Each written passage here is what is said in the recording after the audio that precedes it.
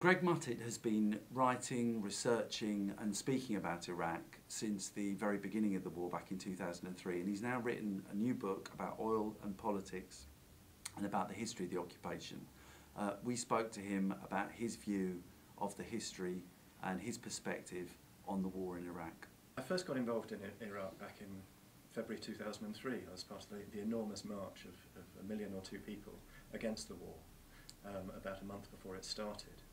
And a lot of us on that demonstration were chanting "No blood for oil," and it seemed, like quite an obvious point to make. And so I thought it would be really interesting to see what happens next to Iraq's oil. And so over the years since 2003, I followed the evolution of Iraqi oil policy and how Britain and the US looked at it. And in the course of writing the book, I got hold of a few hundred British and American government documents which tell a completely different picture from what we were told by our politicians at the time. For example, Tony Blair famously said in early 2003, the idea that we're interested in Iraq's oil is absurd. It's one of the most absurd conspiracy theories you can imagine, if you remember. And at the same time as he was saying that, there was an internal document, a secret document in the Foreign Office, which set out British strategy towards Iraqi oil, and it said, Britain has an absolutely vital interest in Iraq's oil.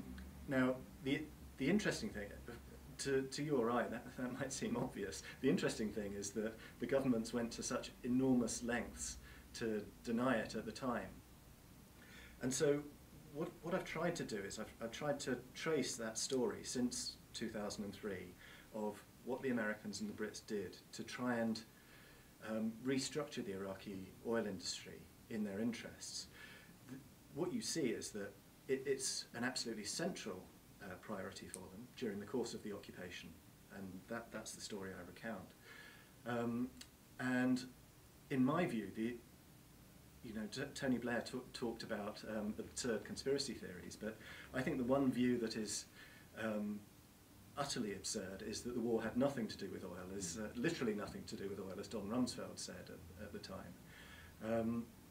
Clearly, Britain has a strategic interest in Iraq's oil. I got hold of the strategy documents that set that out, and we see how by placing advisors in the Iraqi government, by pressuring Iraqi politicians to pass different policies, you see how that's mapped out over these last 8 years. And did they succeed in terms of being able to control the oil? Have they got what they wanted out of the occupation in your view? That's a fascinating question. I think the most interesting thing about this story is that they didn't get what they wanted, or at least didn't get it in the way that they'd hoped to. The really exciting thing about working on Iraq for me was just how effective Iraqi trade unions and other civil society groups in Iraq were at campaigning against the oil agenda that was being pushed by the Americans and the Brits. So to illustrate that, in 2006 there was an oil law which would have opened the door to letting multinationals back into Iraq. It was drafted under US oversight, and for 18 months after it was drafted, through the rest of 2006 and 2007, the Americans pushed like hell. They used every means they had at their disposal to push for it, ranging from making aid and redevelopment funds conditional on the law passing, making debt reductions, Saddam's debts, they would have to be paid unless the law was passed. They consistently put political pressure on the Iraqi politicians, and they even implicitly threatened to remove and replace the Iraqi government if they didn't get this law that they wanted.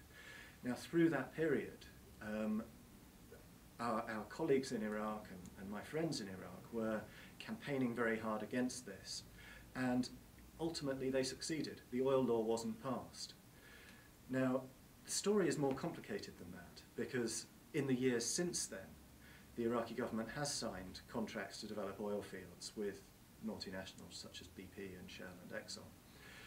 But I think there are two significant things here. One is that the contracts they've signed are much less profitable than what the oil companies called for. They didn't get exactly what they wanted. And the second is that they are still legally murky. The Iraqi laws say that if you want to sign these kind of contracts, they're only valid if the parliament approves them. The Iraqi government says we're not going to go to the parliament because they might not like them.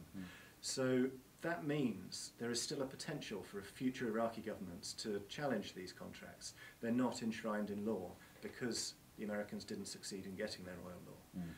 So, I mean, the real lesson of this for me is the sheer courage of those Iraqi trade unions and other groups in the most difficult circumstances imaginable. You know, people were getting death threats, people were being killed, people were getting arrested and tortured. They ran a public campaign against this oil law, and I think largely because the vast majority of Iraqis believe so passionately that that Iraqi oil should remain in the public sector. Ultimately, they were successful. Ultimately, they got a majority in the parliament, and the law couldn't pass. And to me, that's a source of great inspiration and hope for the future of Iraq. Now that's very interesting, and we'll come back a little bit in a little while to that. In the meantime, you're someone who's been to Iraq a number of times, you know, during the occupation, and having said all of that about the ability of the movements to kind of stop the worst case scenario taking place, it would be nice if you could just outline, you know, what the impact of the occupation has been on Iraqi society in your view in general. What the occupation does is, what the occupation has done to a large extent is it has dismantled a society.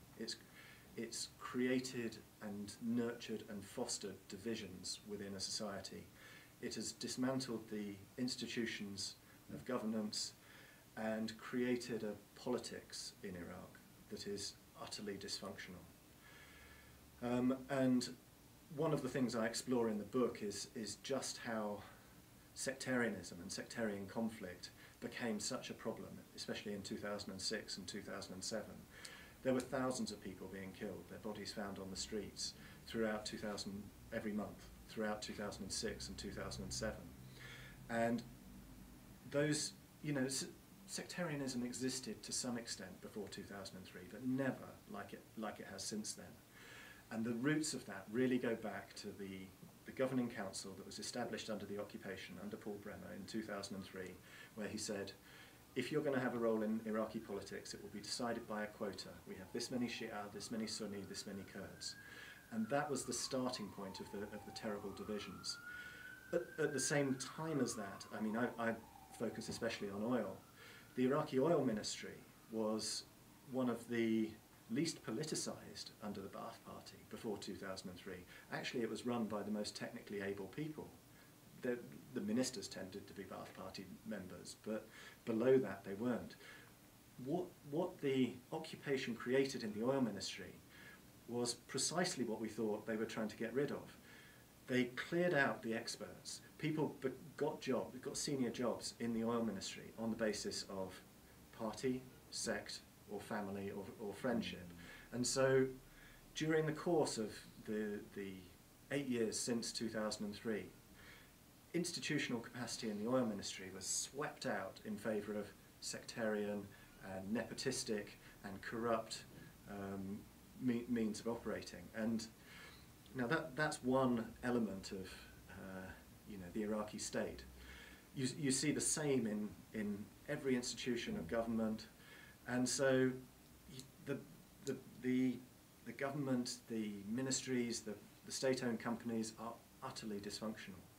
And this is why after the election last year, the election was in March, it took them 8 months before they could form a government, because these politicians were squabbling over which of them would get access to the spoils of government. And you look at the last 2 months, the resonance of the Arab revolutions in Iraq. Now, that tells you something interesting about what the occupation has created, because there was an election last year, and it was contested. In some sense, Iraq is a democracy, yet you still get thousands of people on the streets saying, we want services, we don't want these chronic levels of corruption. Now, the reason for that is if you go back to 2003 and look at some of the memos I talk about in the book coming out from the Pentagon at the time, Donald Rumsfeld said in one of those, he said, our approach to creating democracy in Iraq will not be to let 1,000 flowers bloom, meaning we're not going to see which Iraqi movements have support or have legitimacy among the Iraqi politicians, among the Iraqi public. We will choose politicians who can represent US interests, who don't have constituencies and don't have legitimacy. And by the time there are elections, it will be impossible for others to compete with that. And so this is why you get this massive delay after the election. This is why you get a government which was, in a sense, elected, but which doesn't have legitimacy among Iraqis. You see this dismantling of the state and massive divisions opened up within the society. Nonetheless, the book kind of ends with a note of hope, however however limited. Where does that hope come from, in your view? Well, I think back to the darkest days of the war and the occupation, back in 2006 and 2007, when there was such enormous levels of killing and great divisions. And back then it was very easy to get very depressed about Iraq and everything that had happened and what it meant for the future. And for me, during that period, what always gave me hope was spending time with Iraqis. And there is something in the Iraqi character, in the Iraqi spirit, which can't help but give one hope. A belief in the future, a belief in organising, a belief in working together collaboratively, a real interest in political issues. I think, as an activist in Britain, as someone who tries to organise in Britain, the Iraqis put us to shame. That people genuinely want to talk about this stuff, people genuinely want to do something. There is a real hunger for political engagement, for democracy, far greater than in Britain. Now you see that around the Arab world at the moment, and the old bigotry that Arabs don't do democracy has been thoroughly kicked out by these last 2 months. But this was something I was really struck by in the book, and it was very clearly demonstrated in the Iraqi campaign against the oil law.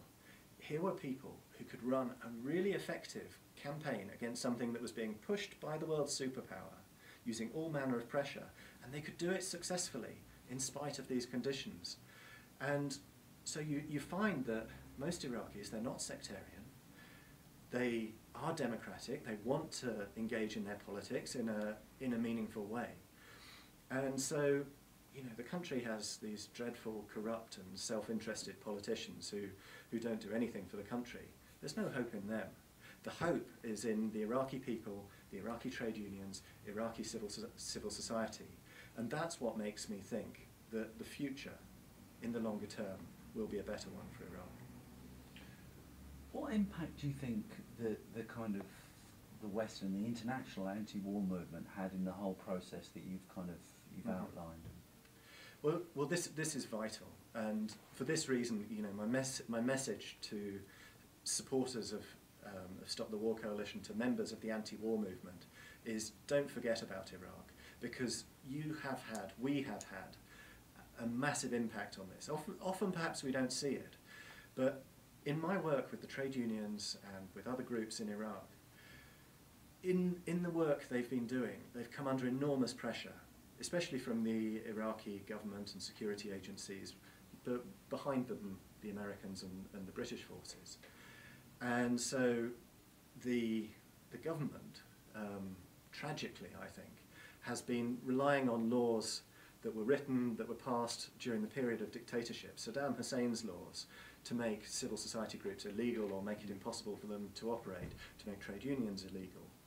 And under the repression that they have faced, raiding of offices, arresting of their leaders and so on, a lot of the time it has been the solidarity of the international anti-war movement and the international labour movement that has often protected them. And so where we are now in 2011 is that these organisations and Iraqi civil society at large are still struggling over their future. And the Iraqi government and its friends in the US government these days, is doing everything it can to tamp that down. In the protests over the last 2 months, we haven't seen this reported so much, but a couple of dozen Iraqi peaceful demonstrators have been killed by Iraqi troops firing into the crowds, and a lot of the organisers have been arrested. These struggles are ongoing, and continued solidarity from the anti-war movement in Britain and internationally will make a big difference to them. So that's my plea to people. Don't forget about Iraq. We will make a difference, and our Iraqi partners and friends and brothers and sisters are still working on this. The struggles are going on now. In light of your experience in Iraq and the kind of understanding that you have of the situation, what's your take on the current situation in Libya and the Western intervention in Libya? I think it really touches on 2 points which are at the centre of my book, really. One is about Western interests, and the other is about local democracy. So the book explores oil interests in Iraq. One of the reasons I thought it was important to write a book on this subject is that I think we really have to learn lessons from this experience. A terrible situation was created in Iraq, and these struggles are ongoing in Iraq, but as an anti-war movement, let's look at what happened there. Now, in particular, a commonality between Iraq and Libya is that both of them have a lot of oil. Iraq especially, but Iraq has about 10% of the world's oil, Libya has about 3%, but both are very important to world oil markets. Now, interestingly, William Hague said yesterday in the Times, I think, he said, well, if we didn't intervene in Libya, one of the consequences would be a spiralling upwards oil price.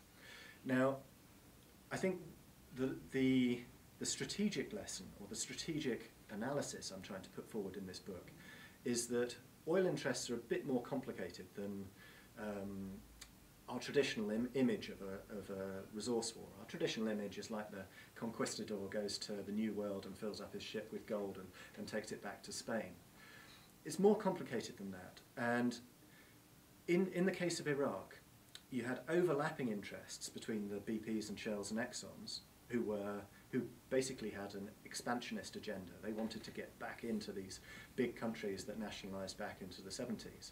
And that overlapped with a strategic agenda on the part of the governments, which was to keep the oil price down, because if the oil price goes up, it damages the economy. Now this comes through in the strategy documents I explore in the book. So in the case of Iraq, the American government and the British government were especially concerned to make sure global expansion of oil keeps increasing so as to keep the price down. And this, of course, meshed very neatly with the BPs and the Shells who wanted to be the ones who increased it. They wanted to get involved in investing in Iraq.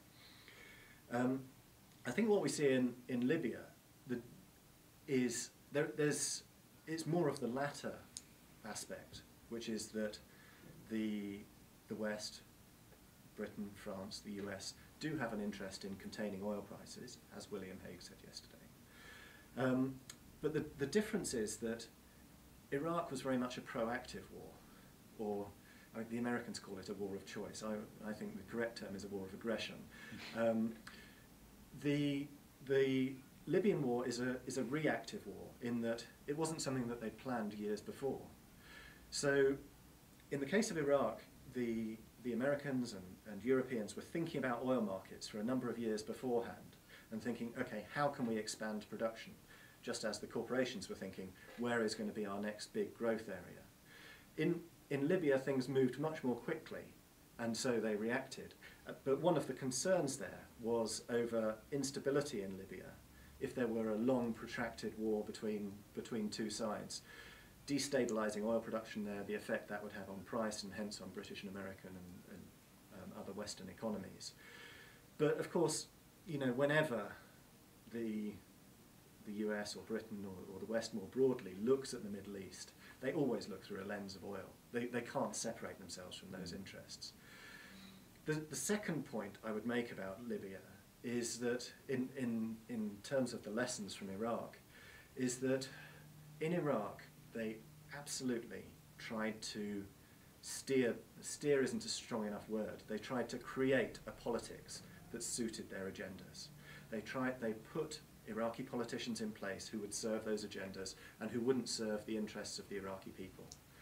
Now, one of my biggest fears about the conflict in Libya is that part of the rationale of Western intervention is for them to ensure that any future settlement reflects their interests. And what we see absolutely clearly from Iraq is that when the West tries to, and we see it across the region as well, but we see it very clearly, and I tell the story of it in this book in Iraq, when the West tries to create a politics, what they call a democratic politics, it becomes something which doesn't serve the interests of the people at all. It creates a disaster, and it creates more violence later down the road. If they succeed in doing that in Libya, then it will create yet more problems. It's for the Libyan people to decide who is in their government and the future of Libya. And this is for me, one of the most powerful arguments against intervention in Libya, that it is in terms of interests and that it will create a situation that is worse than Gaddafi. That is a very real danger. Greg Muttit, thanks very much. Thank you.